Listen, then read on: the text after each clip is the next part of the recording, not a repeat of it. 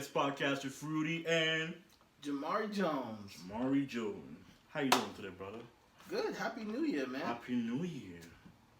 It's been a long time coming. Episode 1, baby. Episode 1. We are in the new year. Yeah. We are excited. How was 2020 for you? 2020. How can I describe it? Surprises, downfalls. I'm glad that we get to start fresh. I know it's kind of cliche, but it's definitely feels like starting over and starting fresh. Any New Year's resolution? I definitely want to read more. Practice self-care, and learn how to swim, I guess. But and exercise. Both of us. Yes. We both we don't know how to swim, but I felt like you took some classes, right? No, not at all. Did you? You took some classes. Okay, I thought you did too. Okay, so yes, but we are both progressing towards learning how to swim. Yeah. Somewhat. Yeah. So your New Year's resolutions. What about you? I don't have a resolution for the new year, but I'm just gonna continue the journey I've been on. Okay. Which is the journey, like you said, of self-care. Yep. Putting myself first. Mm-hmm. Make sure I'm happy. Yep. And feel like if I'm putting myself first and making sure I'm happy, anything else will fall, because I know I need to be like, we talk a lot about energy. Yeah. And you need to be like full in order to give. Yeah. If you keep giving for being full, then you're gonna always like you're pouring from an empty cup. Pouring from an empty cup. Yeah. Especially when we're working with youth. You take so much on of that, and you really need to practice, your self-care, and I agree with you 100%. Because if you can't invest in anyone else if you're not invested in yourself, definitely. Yeah, talking about the youth, how was how did the pandemic affected your job? Man. So working in the high school guidance counselor, it was definitely a tough switch for my students and even for myself. Okay.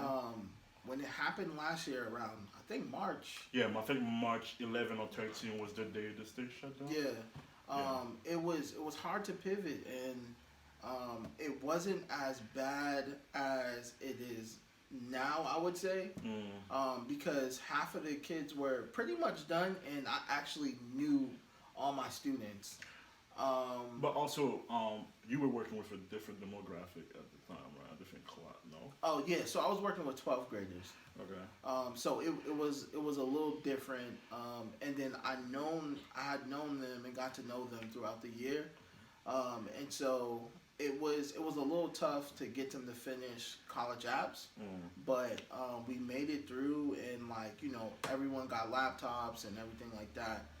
But the real pivot came when the following year, the next year coming up. Next school year. Yeah, the next school year, and I was working with 9th graders. Well, I'm working with 9th graders. Yeah.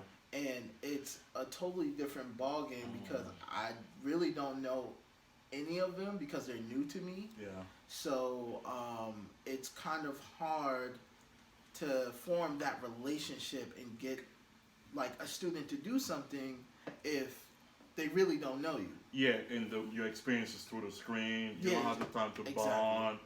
Yeah, it can get difficult. Well, for me, I know in the intro I said I'm an alumni coach, but to be more precise, so let's say I'm an out school time partner. So I don't work in the school. I work so the kids go to school, and after school they come to us and we work with them. Okay. It was hard, I work with mostly let's say from juniors, seniors, and college students, Mm-hmm. and across the board.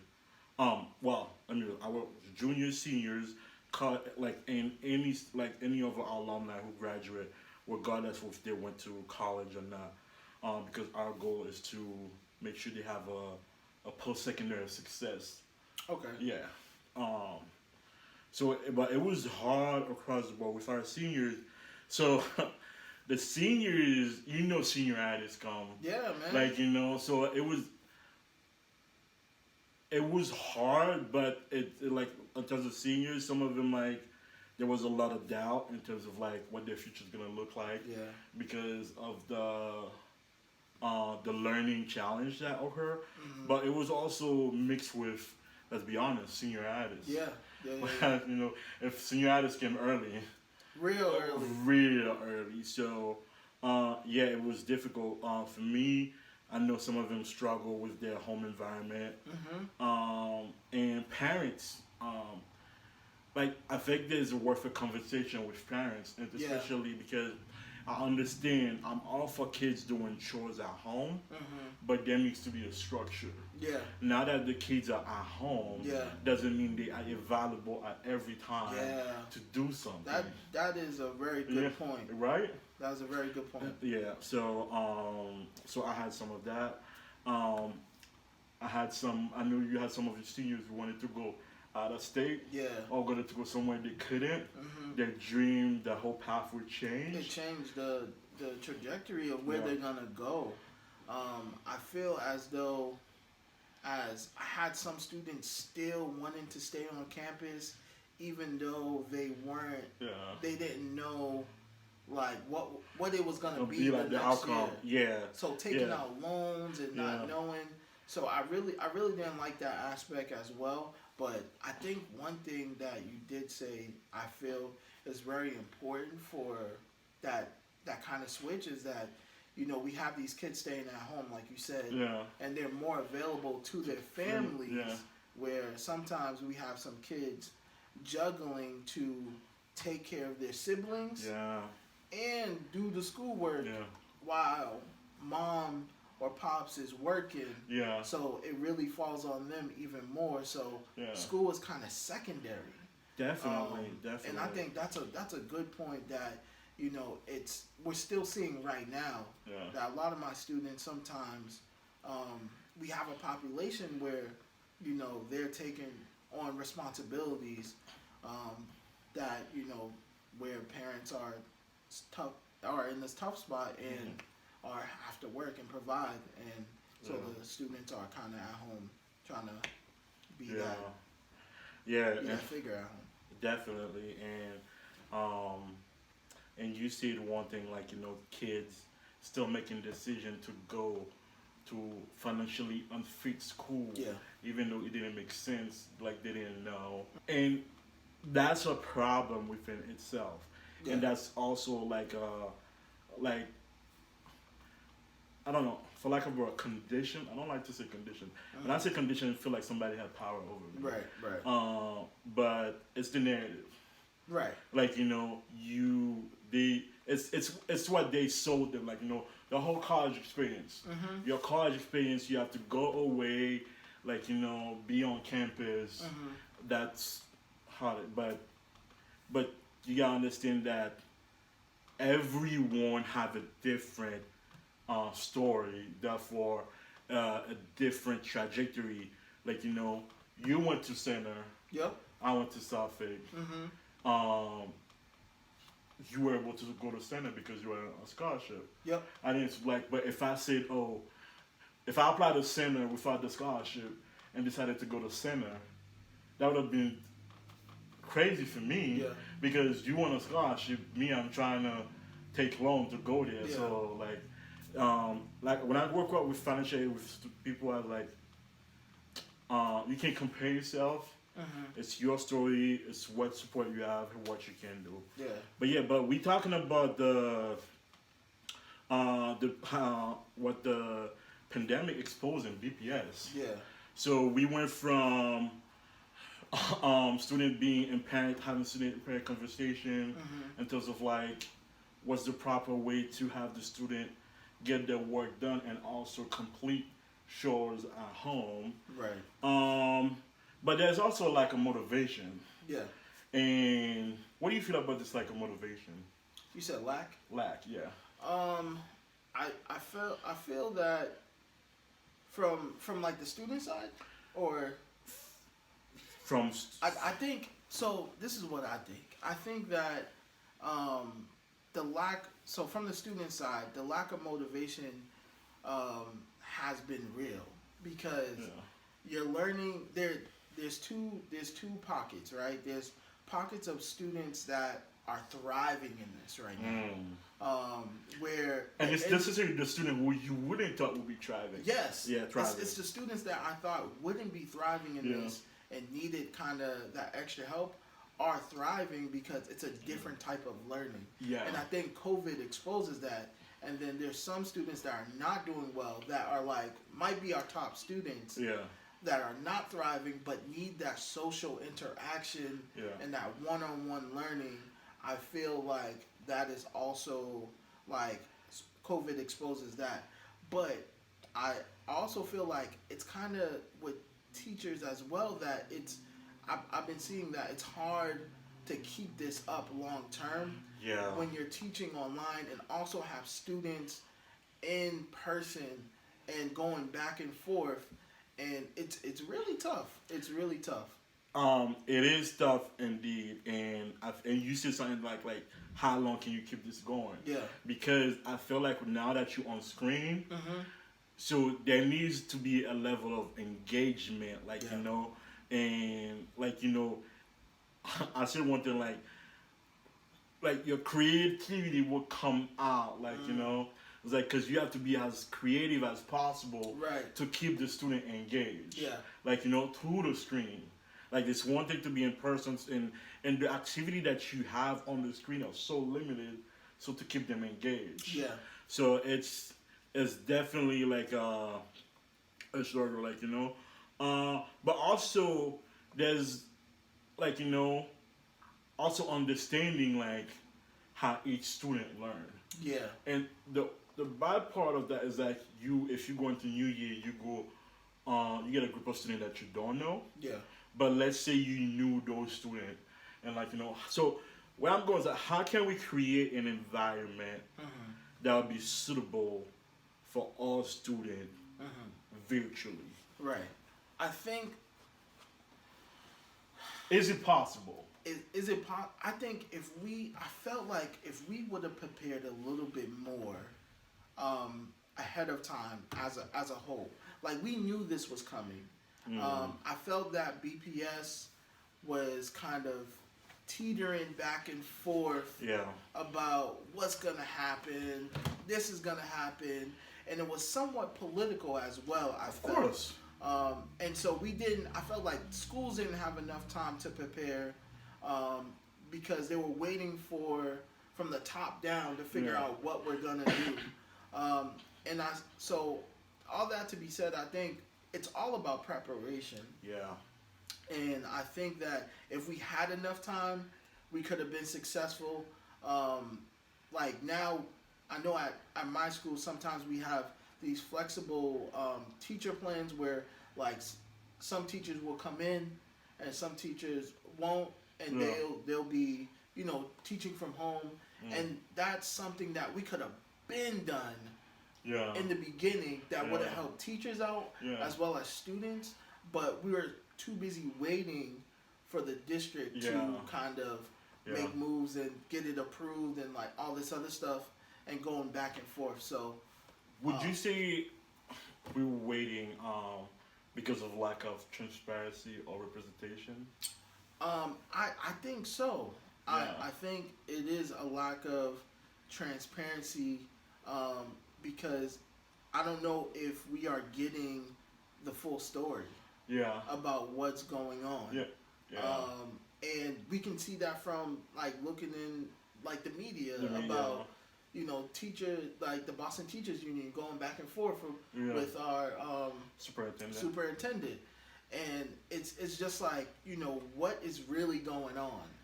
yeah, they went back and forth. There was an agreement, and then it was not respected. Yeah. And uh, and to be honest, right now we're seeing the way like the teachers are being treated, Yeah. and even having to be in a building. So let me make my point clear. So I think we need to create system that work, not system that work for everyone, that fit everyone because everyone is different. Mm-hmm. But we need to figure out the need of the individual Yeah. to create subgroup environment Mm-hmm. that work for those individual that like what's the word that have the same needs. Yeah. And that so I think BPS and also is because of like there's a lack of funding. Yeah. And we're gonna talk about the whole building situation. Mm-hmm. But it's the lack of funding and there's there's a lack of trust. Yeah. The fact that teachers are working their butt off trying to be creative, Absolutely. keeping students engaged online, Mm-hmm. and we understand that. Like still like comedy, like you don't like every comedy you see, Yeah. and I don't want to compare teachers as comedy, but I'm talking about in terms of engagement or like let's say actor. You don't like every actor, Right. You see, but the level of engagement, the level of creativity, Mm-hmm. not every student is gonna respond to that. To the same. And I feel level. like teachers are working their butt off, but yet every week or every so often they get a new schedule. They have to change everything and make it work. Yeah. And there's a lack of trust because now they had to come back to the building because they didn't. It's like every other like field are working at home, Yeah. but teachers can't work at home. And I do understand there's some kids who needs to be in the building. Yeah. I'm not saying like no, but it's just like during those decisions, did they ask the teachers what they wanted?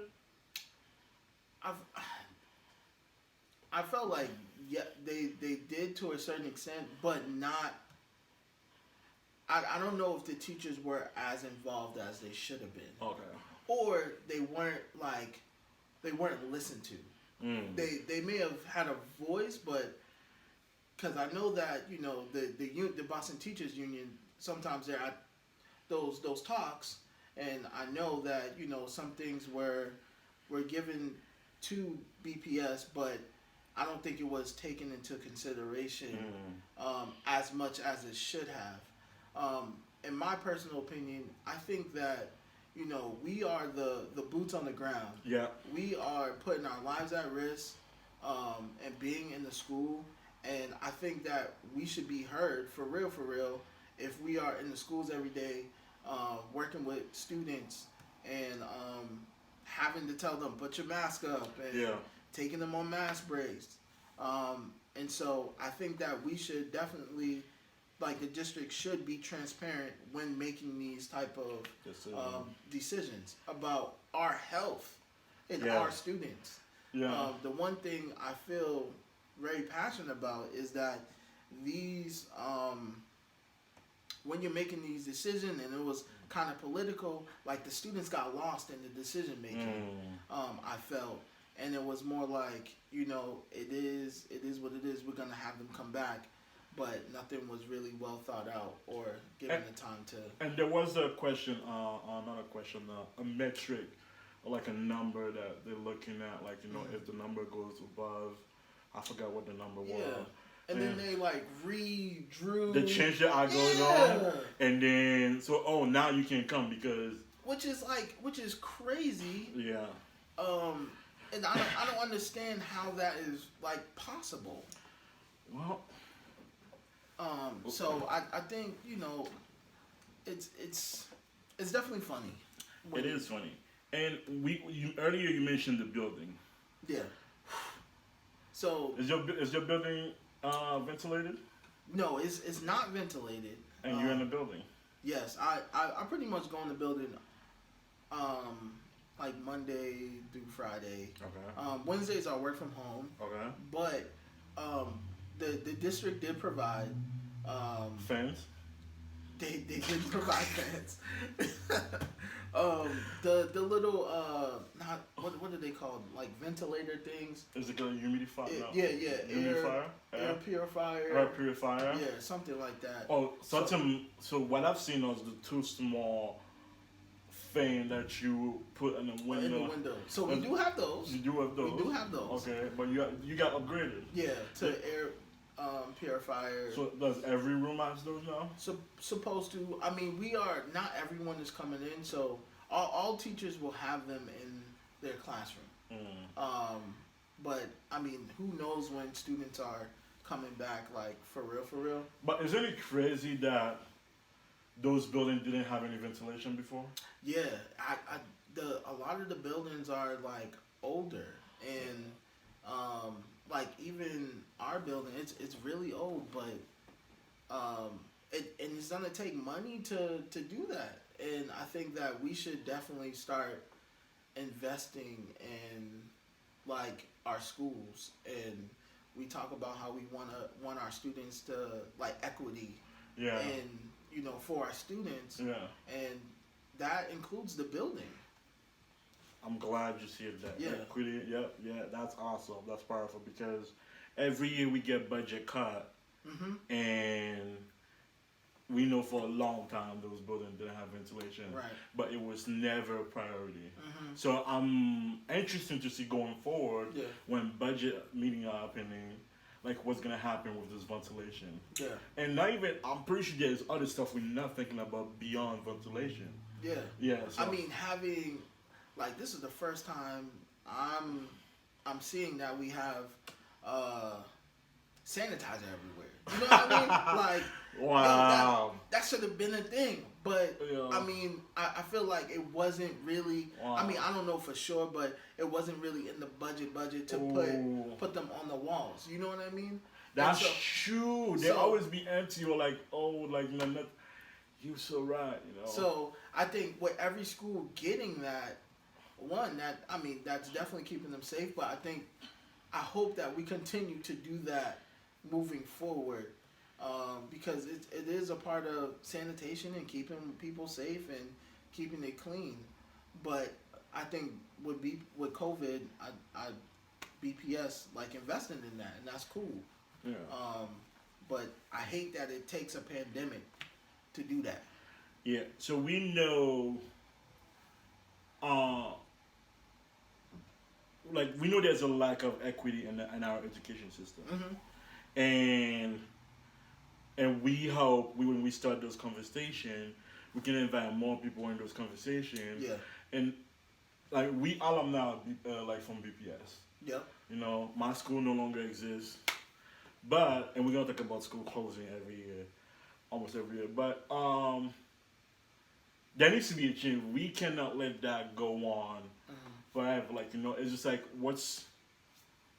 how can we create a change? How can we create an environment that's gonna be acceptable for the new generation? Yeah. And also too, something is if you invest in education, because the kids they know when you, if you're not investing in them, they're gonna know. So if you don't care, they're not gonna care too. So because of the pandemic, I've learned some new words. Okay. I'm pretty sure you have as well. Let them fly. Let them fly. Asynchronous and synchronous. Yeah. Like. To be honest, I'm gonna be 100 with y'all. I did not know what asynchronous Me too. and synchronous meant. Me too. And everybody was using it like on the fly, like it's being there, and then not only using it on the fly, talking to the student, expecting them to already know them. I'm like, they're like, oh, you're gonna be asynchronous today. What does that mean? I'm students are looking at me. I'm looking at them. What that mean? So I'm over here trying to find a dictionary. Yo, was I supposed to know that word? Right. Yeah. So there's a bunch of language that search, and I'm pretty sure there's language that comes up during when you create system for education. But it's just is the expectation or the assumption Yeah. that people already know it. So when you engage them, you engage them in a way that, oh, so you're gonna be asynchronous today.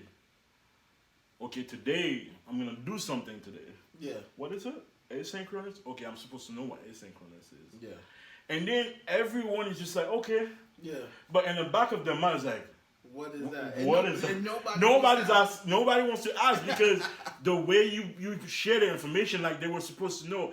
If you address me like I'm supposed to know something, I'm not gonna be like, what is that? I'm gonna go with the flow. I'm gonna go with the flow. I'm gonna go with the flow. So yeah, so there's this assumption that students are tech savvy. Yeah. Like, because they do TikTok, Yeah. they do all the social media, they on gaming, like, So when they bring up those, I think the name is Nearpod. Yeah, Nearpod. Nearpod, like, platform like that is like, did you use Nearpod before? Yes. Okay. So I personally don't use it that often, as much as I should, but Nearpod is something that teachers do use. I've seen it. It's really cool. Are they still using it now, or they move on to a new? Nah, they're still using it. Okay. All right. Yeah. But one thing I did want to also bring up is that, like, when the pandemic happened, right, for schools, I always knew how, much schools make an impact in the community, but I think that sometimes people don't realize that schools are sometimes the first, like, I don't know, intervention that kind of happens because we spend so much time with children. So, like, when the pandemic first happened, there was a lot of families, or there are families that say, hey, I need these resources. Okay. So, like, for us, I think in BPS, is that, that's the first line of defense. They come and reach out like, hey, we need some support. Yeah. And, like, we kind of fill that gap. Or direct them to resources that will fill that gap. And I think going through the pandemic and helping families through, like, different crises and really made me rethink my role as being, like, learning as much as I can to help families, to connect them to resources, because that's basically, like, that is my job. But sometimes I think we don't really, like, think of it like that, but the school is that place. Yeah, there's definitely some stuff those are the stuff that are not added to your resume and that people don't take into account. Yeah. And that comes from the relationship you build with students and family. Yeah. So if they're in a position they don't know something, first of all, let me call Jamari. Jamari will know. And you feel like you need to always know those resources, not only you putting them out for them to see, but also when they come to you, you're able to connect them. Yeah. Because like, they probably have 1 or 2 or 3 people they're gonna come to. Like, and might as well make sure you have this information. Definitely, it's been the same for us on the Cambridge side, like, creating resource lists, making sure we share out, like, because definitely we get those phone calls. We're like, and that's the thing when you say we're not part of the conversation, because student and family are talking to us like we in the know, but we are in the know. We waiting for information to get to us, and then for that, like, so yeah. And it's hard to tell a family or a mom that, I'm waiting. From the higher ups or from BPS to give my principal word so she can give us a word to do what we need to do to get them back into school. Yeah. So it's definitely tough. Yeah. So this pandemic has definitely, like, we have there's student not logging into the classroom, and there could be a different reason, from, like, the environment. So there's some student So even the students who are logging into their Zoom, they're not turning on their camera. Yeah, and that's and I understand it. There's two like reasons. One, some students may not feel comfortable in their home situation. Yeah. Totally get. And then there's some students that just may have an anxiety about Definitely. it. Yeah. And then there's some students that just You know. don't want to put it on. And it's hard to identify Yeah. like which is who. So Yeah. like like I've heard students don't want to turn on their camera because so there's a difference between virtually on Zoom and sitting in the classroom. Yeah. Sitting in the classroom, if I point out a student or to answer a question like we're doing everybody's facing the teacher. Like some people might turn around to listen to the kid, but the attention is not the same. Yeah. If a student is speaking on Zoom, every eye is on that teacher, on that student directly, and some students are not comfortable with that. Right. And you hit it on the line, like their home environment. So and that's unintentionally teacher will I like this on your wall. Right. Like what a beautiful, and they're not trying to harm, but another student who doesn't have that in their wall or in the room could be like, oh shoot, or trying to find the best spot to be in the Zoom class, and sometimes the best spot is a busy spot. They can't do that. So it's different. Different element, but so you don't know which is real, so you just have to go there, and there's a good one, it's like the expectation if the student is not, if you can't see the student, then they're not paying attention, or I just feel like there needs to be a conversation with each individual student, and then build that bond so they feel comfortable, understand where they're coming from, so they can feel comfortable. And I think that there are some creative ways in building that confidence and that bond. Like sometimes, I may play like an icebreaker, like a scavenger hunt type of thing. Like get the coolest thing that is precious to you, or and they turn their camera on for a minute to show. I guess you just got to get creative, and then as they get comfortable, I do have some kids that will turn on their camera, and if they do, I praise them because I know how vulnerable that is to have someone look in your home. You know what I mean? Yeah. And so, or you may be just chilling in the bed, and every day people are in your room, in your home when you're on Zoom. Yeah. Every day. Every day. Yeah. So I get it. I wish that more students would turn on their camera, but sometimes I'm just like, I'm happy that you just showed up to Zoom today. Yeah. It's tough to get up right now, and our students are home, and most of them are haven't seen their friends in a long time. So MCAS. Yeah. How are we on the MCAS during this pandemic?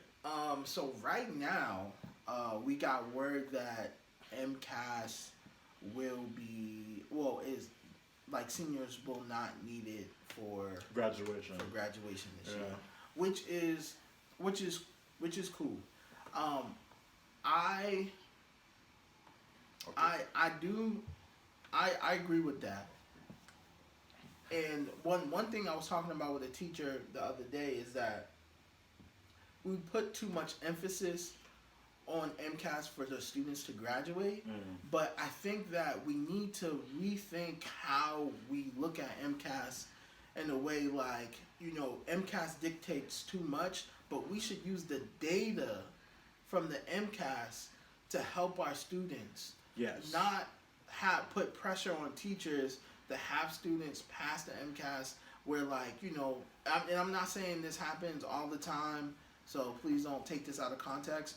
But sometimes, teachers are placed in high risk situations where their jobs are dictated by how these students pass the MCAS. But let's look at the data and say, oh, where are our students struggling, and work on that, and not make the scores penalized for the student, and like they can't graduate because of it. Yeah. And like I've seen students cry, retake it, and if we're talking about if BPS is talking about being being anti-racist. If we're talking about we on that, right? If we're episode 1, yes, episode 1, right? If we're talking about being anti-racist, like let's really look at the MCAS and take that away. Come on. So I think that we need to really be strategic in the way we are, one, saying things, and then two, thinking about testing in that way. So the data is telling us which student we need to focus on in their learning. Yeah. And the data is telling us the demographic of the student. Mm-hmm. And surprisingly, based on this data, it's low income student of color. Mm-hmm. So back to say, and I'm glad you brought that up. Let's talking about being anti-racist, because the MCAS could help us, but we're using it in the wrong way. Yeah. Yeah. We want, so not everyone is a good test taker. Right. I'm not. I did horrible in MCAS, horrible in SAT. Same. Horrible in MCAS. I'm here. Man, I did horrible in my MTELs. Yeah. So. You got a master, right? Yes. You got a master. Yo. So,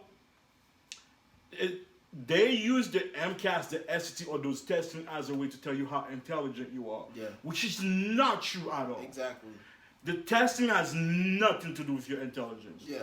Testing has nothing to do with your intelligence. So you're right. There's a way we can use the data to support those students in understanding what kind of learning, what kind of testing they need to help them. And I'm glad that they didn't have to take the MCAS. The question is, does that open the door for eliminating testing in the future? I think so. If we are willing to take that risk right now, I think there's room for it being eliminated. Just like some schools are going SAT optional. Why?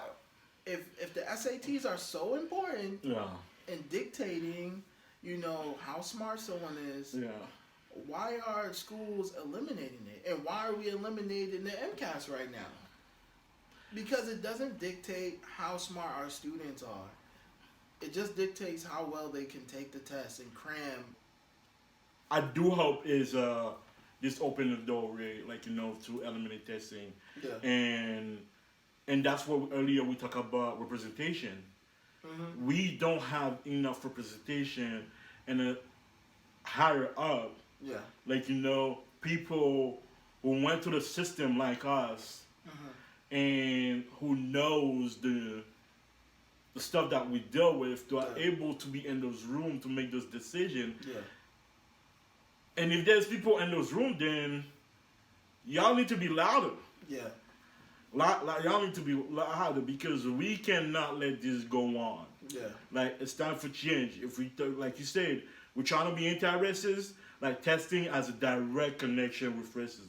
Yeah. Definitely. Yeah, so that was the podcast. Yeah. That was the podcast, it was our episode 1. Surviving the pandemic. I mean, we're still here. Yeah. It's a new year. Welcome back, by the way. Thank you. I'm glad to be back. Yeah. Also, just wanted to say thank you to all our supporters, yo. Yes. We have, gotten so much love and support. Yeah. We appreciate it, and we want to keep having these conversations Definitely. And having a positive dialogue to push, our positive agenda forward. Our, you sound like a politic. I'm trying to get my Marty on. He's gone. But yeah, we definitely love the support. That puts a lot of pressure on us to deliver. Pressure makes diamond. Yep. So, And ready to build from that? We're in the rough right now. We're in the rough, Definitely, we got some more. This is episode 1. Yeah, we got some more dope content coming. Yeah. We got some special guests coming. From BPS, got alumni coming on Alumni. the show. So, we said earlier, we want voices. We want this platform to be a voice because so often when we hear something in the news decisions are being made, we're like, we've been to the system, so like, we should have a say. Yeah, and what makes, it's cool that we've been through the BPS system. Yeah. And then now I'm working for it.